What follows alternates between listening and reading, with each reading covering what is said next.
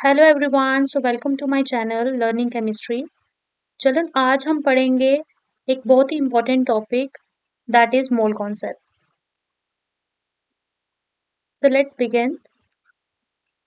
Mole concept. Children, this is an important topic.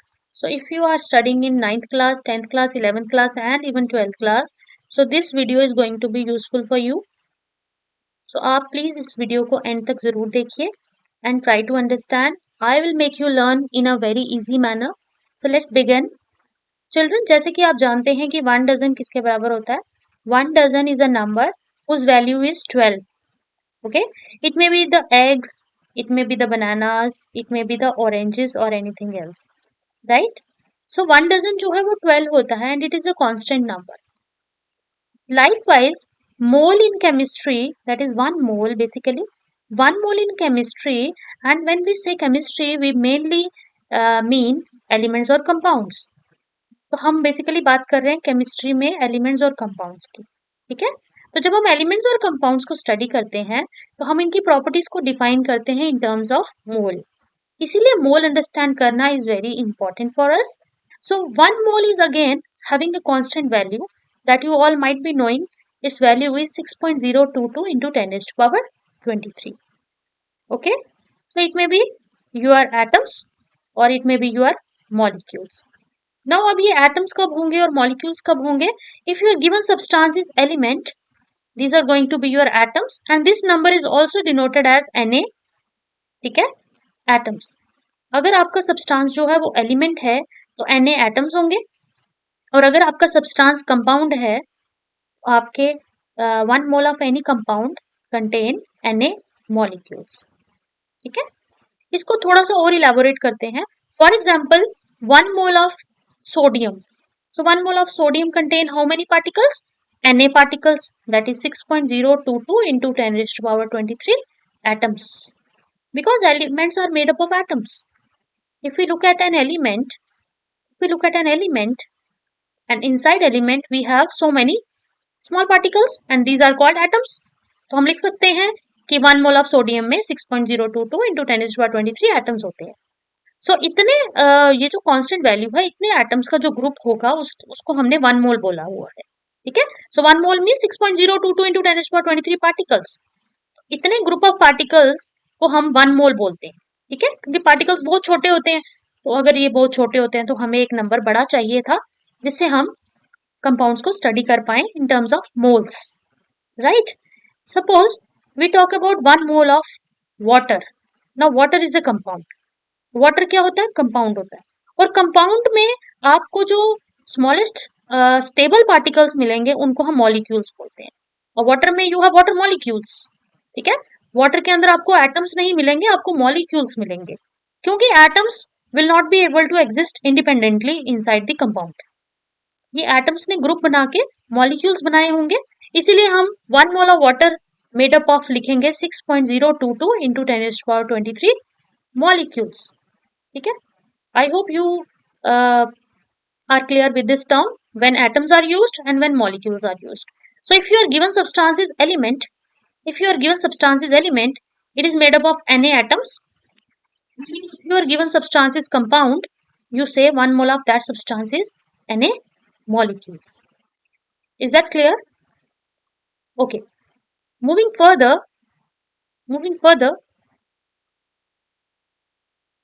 another thing important for mole is that mass of 1 mole. So we have mass of 1 mole also given by the definition, and that is mass of 1 mole of any substance is equal to mass of given substance. अब हम इसके second part पे आते हैं, in which mass is related to mole.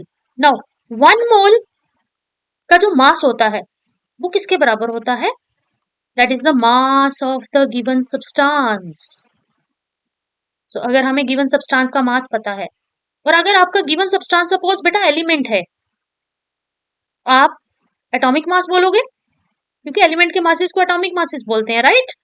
और अगर आपका given substance बेटा मॉलिक्यूल है और कंपाउंड है तो उसके मास को आप बोलते हो मॉलिक्यूलर मास. ये चीजें आपने बेसिक पढ़ी हुई हैं पहले, मॉलिक्यूलर मास. ठीक है, so mass of the given substance, it may be atomic mass, it may be molecular mass, depend करता है कि किस चीज की बात हो रही है। तो 1 मोल का मास भी हमारे पास आ गया, mass of the given substance. For example, mass of 1 mole of H2, hydrogen. Mass of 1 mole of hydrogen किसके बराबर होगा? जो हाइड्रोजन का मास होगा, that is 1 + 1 = 2। Now the unit of mass of mole is gram. ये चीज note करने वाली है यहाँ पे कि जो 1 मोल का मास होता है किसी भी सब्सटेंस का, उसका यूनिट होता है ग्राम। ठीक है। मास of 1 mole of water, mass of 1 mole of water कोई पूछे आपसे, तो आपने क्या करना है? वाटर के मास की वैल्यू पे ध्यान देना है। दैट इज 2 + 16 = 18 ग्राम। अब आप ग्राम बोलोगे, 18 यू नहीं बोलोगे। 18 यू क्यों नहीं बोलोगे? क्योंकि 18 यू आपका मॉलिक्यूलर मास है, एमएम है, बट आपका 18 ग्राम क्या है? मोलर मास है, मोलर मास। ठीक है। 18 ग्राम आपका मोलर मास है। तो जब आप यूनिट ग्राम करोगे दैट इज मोलर मास, लेकिन अगर आप यूनिट यू लिखते हो that stands for molecular mass. ठीक है। तो आपके पास 1 मोल ऑफ वाटर का मास आ गया है 18 ग्राम। तो 1 मोल का आपके पास आ गया, क्या आप 2 का निकाल सकते हो? 18 × 2 कर दो। 3 का निकाल सकते हो? 18 × 3 कर दो। 5 का निकाल सकते हो? 18 × 5 कर दो। You get the value. ठीक है। तो इसीलिए 1 मोल का डेटा आना बहुत जरूरी है, क्योंकि यही आपको हेल्प करेगा गिवन नंबर ऑफ मोल्स के लिए निकालने में। ओके। सो अभी तक हमने क्या सीखा? हमने ये सीखा कि जो 1 मोल है, 1 mole of any substance है that contain how many particles? Any substance. It may be anything in chemistry, and particularly it is element or compound. So 1 mole of any substance is equal to this much number of particles, and this is a very very big value, children. And don't write 10⁻⁻23 ever. ऊपर -23 आप कभी नहीं लिखेंगे, क्योंकि number कभी negative नहीं होता। ठीक है, माइंड इट। तो मास of 1 mole of any substance is this number, और इतने पार्टिकल्स किसी सब्सटेंस के कितना मास बियर करते हैं? Mass of that substance, mass of that substance, and that substance may be your element और कंपाउंड। इसका मतलब ये मास आपका एटॉमिक मास भी हो सकता है या फिर मॉलिक्यूलर मास भी हो सकता है। ठीक है ना, कोई भी सब मास हो सकता है, डिपेंड करता है किस चीज की बात हो रही है। ठीक है। तो एक क्वेश्चन ले लेते हैं या एग्जांपल ले लेते हैं। Suppose you are asked calculate number of moles, calculate number of moles in 10 gram hydrogen. Number of moles निकालिए 10 ग्राम हाइड्रोजन में। तो जब आपको ऐसा क्वेश्चन आए जिसमें एन और मास रिलेट हो रहा है आपस में, आपका एन और मास रिलेट हो रहा है आपस में, तो आपको आंसर निकालना है नंबर ऑफ मोल्स। आपको नंबर ऑफ मोल्स निकालने हैं और मास आपको दिया हुआ है 10 ग्राम। बेटा लोग, जो क्वेश्चन में मास दिया होता है ये आपको H2 का मास नहीं दिया, ये आपको गिवन मास दिया हुआ है। ये आपको गिवन मास दिया हुआ है, आपको सब्सटेंस का मास कभी भी दिया नहीं जाएगा। ठीक है। तो आपको नंबर ऑफ मोल्स निकालने हैं 10 ग्राम हाइड्रोजन में। इसको करने के ना 2 तरीके हैं। एक तो आप डायरेक्टली याद रखो फॉर्मूला, एन कैलकुलेट करने के लिए you have to divide given mass by molar mass. ठीक है। और गिवन मास इस केस में आपका 10 था, हाइड्रोजन का जो मास है वो होता है 2, दोनों को डिवाइड किया, you get the value 5 moles. ठीक है। So this is a shortcut, you just remember this formula, that is to calculate number of moles in the given substance, or you may calculate it as hydrogen का जो 2 ग्राम है, 2 ग्राम जो इसका मास है, 2 gram of hydrogen में 1 मोल होता है। यही मैंने अभी आपको जस्ट नाउ पढ़ाया है। ठीक है। 2 ग्राम contain 1 mole, so therefore 10 gram contains how many moles? 10 gram of hydrogen contain how many moles? Simply mathematics, 1 by 2 into 10.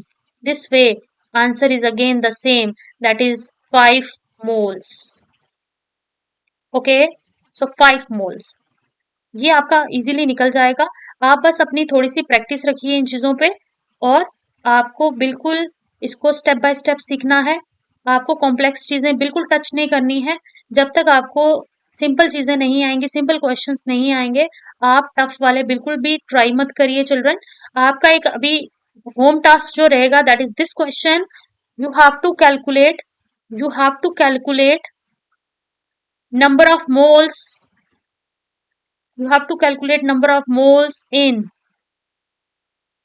360 gram glucose. So this is your homework. जिसको इसका आंसर आता है वो कमेंट सेक्शन में इसका आंसर लिखेगा, और जो बच्चे सही आंसर देंगे उनके नाम मैं अगली वीडियो में अनाउंस करूंगी। ठीक है, और आपने बिल्कुल ये स्टेप बाय स्टेप सीखनी है चीजें। ये फर्स्ट वीडियो थी जिसमें बेसिक पढ़ाया है, अभी मोल के फर्दर जो हायर कॉन्सेप्ट्स हैं वो भी हम लेंगे हमारी नेक्स्ट वीडियो में। तो children just revise the things again and again. And अगर आपको वीडियो अच्छी लगी हो तो आप इसको लाइक करिए और चैनल को सब्सक्राइब करिए, और मेरी आने वाली वीडियोस देखने के लिए प्लीज़ चैनल को सब्सक्राइब कीजिए ताकि आपको नोटिफिकेशन आ जाए, और आप साथ साथ में मेरे साथ लर्न करिए केमिस्ट्री के important concepts. Thank you for watching the video. Take care. Bye bye.